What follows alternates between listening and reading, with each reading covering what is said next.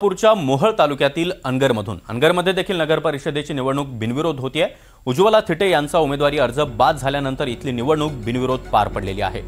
या संदर्भात अनेक आरोप प्रत्यारोप देखील झाले। जोरदार राजकारण अनगरवरून रंगलेलं होतं।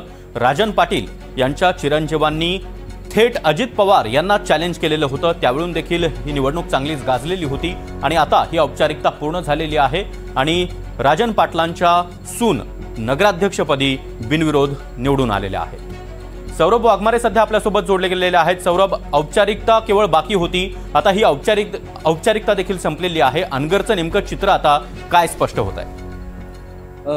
सागर, जर पाहायचं पडलं तर अनगरच्या नगर पंचायत संदर्भात जे आहे ते 3 जणांनी जो आहे तो नगराध्यक्ष पदासाठी जो आहे तो उमेदवारी अर्ज भरलेला होता। एक म्हणजे प्राजक्ता पाटील, दुसरे म्हणजे उज्ज्वला थिटे आणि तिसरे म्हणजे सरस्वती शिंदे। या तिघांमध्ये ही लढत जी आहे ती होणार होती, परंतु उज्ज्वला थिटे यांचा जो उमेदवारी अर्ज जो आहे तो बाद करण्यात आला, कारण सूचकाची सही जी आहे त्या उमेदवारी अर्जावरती नसल्याने तो उमेदवारी अर्ज बाद केलेला। याच्यावरती जो आहे तो सरस्वती शिंदे यांनी जो आहे तो आक्षेप घेतला होता आणि आज त्याच सरस्वती शिंदे यांनी जो आहे तो त्यांचा उमेदवारी अर्ज माघार घेतला। एकंदरीत की प्राजक्ता पाटील, ज्या की राजन पाटील यांच्या सून आहेत, त्यांची आता नगराध्यक्ष पदाची जी वाट आहे ती पूर्णपणे मोकळी झालेली आहे आणि अनगरमध्ये जे नगरसेवक पदासाठीचे जे उमेदवार होते 17 उमेदवार ते देखील जे आहेत ते राजन पाटील